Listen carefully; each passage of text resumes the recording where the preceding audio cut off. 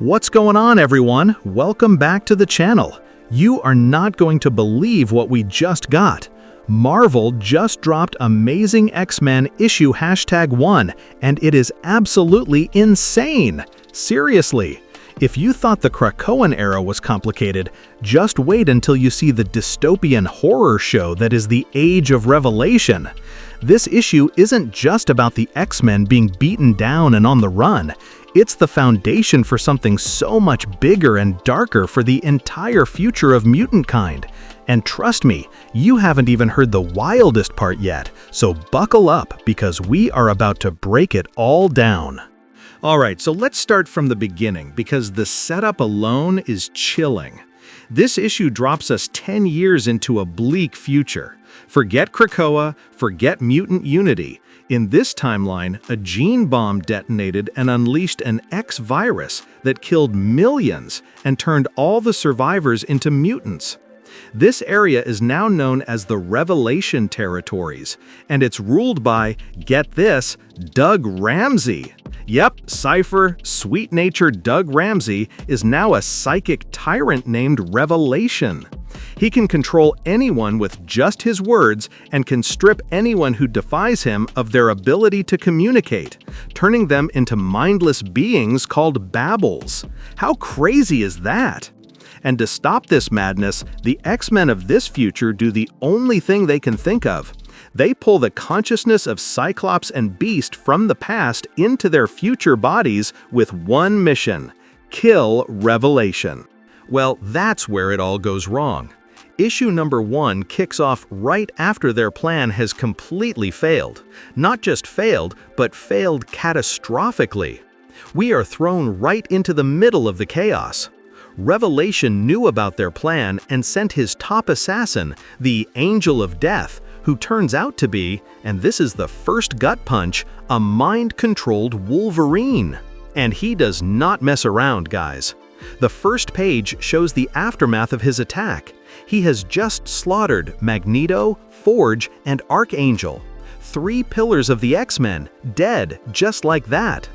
The remaining team, consisting of Cyclops, Beast, Poor Glob Herman, Anomalia, and a new character named Schwarzschild, are in full retreat. And to add to the drama, Zorn sacrifices himself by unleashing the black hole in his head just to buy them a few seconds to escape Wolverine.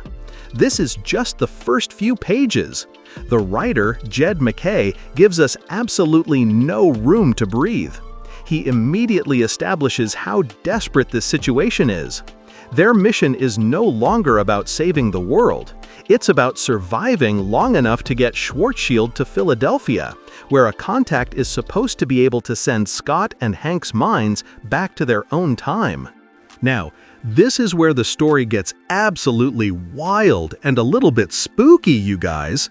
While being constantly hunted by Wolverine, they head to the only place they can think of for temporary shelter, the ruins of the Xavier Institute. But this is no longer a school for gifted youngsters.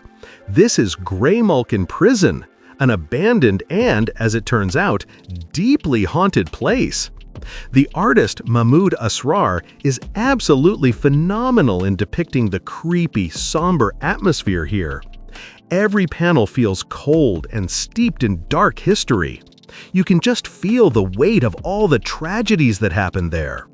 This is where they're supposed to meet their contact, their only hope. And this is where we get the first big reveal that made me scream, "What?" Their contact isn't a secret agent or a hiding mutant. Their contact is a ghost. Yeah, you heard me right, a ghost. A little ghost girl named Death Dream. This completely changes the game. It turns out Graymalkin Prison is filled with the spirits of all the mutants who died there over the years. Their souls are trapped, and Death Dream is one of them. It's a concept that is both brilliant and heartbreaking. The legacy of the X-Men, the fallen students, are literally haunting the ruins of their own home. There's this incredible piece of dialogue where Beast, the man of science, has to accept the reality that he's talking to a spirit, and his desperation is so palpable. He says, "We came all this way to meet a ghost?" and you can just feel their hope shattering. The implications of this are massive. This is no longer just a physical fight, it's a battle that crosses the line between life and death. It shows just how broken this world is that the only allies they can find are the ones who are already gone. Just phenomenal writing from Jed MacKay, building a creepy new layer onto the X-Men's mythology. 6 to 7:30, Plot Breakdown, Part 3, Climax and Connections. Of course, that moment of quiet doesn't last long, because who shows up but Wolverine, the Angel of Death himself? He tracks them to Graymalkin, and the fight that follows is just absolutely brutal. Mahmud Asrar draws this action with such kinetic, merciless energy. Every slash, every hit feels so impactful. The Wolverine here isn't the Logan we know. He is a relentless killing machine.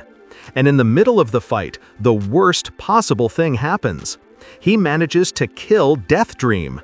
Yes, he kills a ghost. Their contact, their only hope, is just gone right before their eyes. At this point, it feels completely over. The X-Men are cornered, their hope is extinguished, and the world's most efficient killing machine is about to finish them off. But this is where the next twist comes, and it's an incredible moment. Deathdream's death sends all the other spirits in Graymalkin into a rage. Hundreds, maybe thousands of angry mutant ghosts rise out of the walls and floors, and they all attack Wolverine. It is a bone-chilling moment. The legacy of the Xavier Institute, all of its fallen students, rising up to protect the last of their family. It's an epic and tragic sight. In the middle of that chaos, while Wolverine is getting mobbed by an army of ghosts, Cyclops uses their one way out, a one-time use teleporter. They activate it, not knowing where it will lead, just hoping it's not there. And the last page? Oh my God, the last page! They don't land in Philadelphia, they don't land anywhere safe. They land in Limbo! And who's there to greet them with a wicked smile? Darkchild, the evil version of Illyana Rasputin, along with her demonic-looking juggernaut. This is 100% the setup for Issue 2, throwing them out of the frying pan and directly into the fire, literally. Seriously, Amazing X-Men #1 is a masterclass of a first issue. It is the perfect way to kick off a dark and dangerous new era. This issue pulls zero punches. From start to finish, we're treated to non-stop tension, brutal action, and heavy emotional gut punches. The writing by Jed MacKay is next level. He builds this terrifying world so efficiently and makes the stakes feel incredibly real. And the art by Mahmud Asrar? Wow! It is so dynamic, expressive, and perfectly captures the horror and desperation of the story. This is an absolute must-read for anyone following the X-Men, or even anyone who just wants a tense, dystopian sci-fi story. My rating for this issue? A rock-solid 9.5 out of 10. It's a nearly perfect start. But I want to hear what you guys think.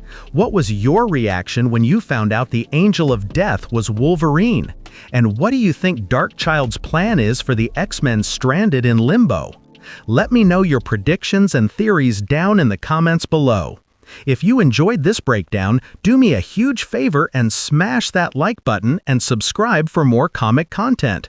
Help the channel out by sharing this video with your fellow comic fans. Thanks for watching, take care, and I'll catch you in the next one. Peace!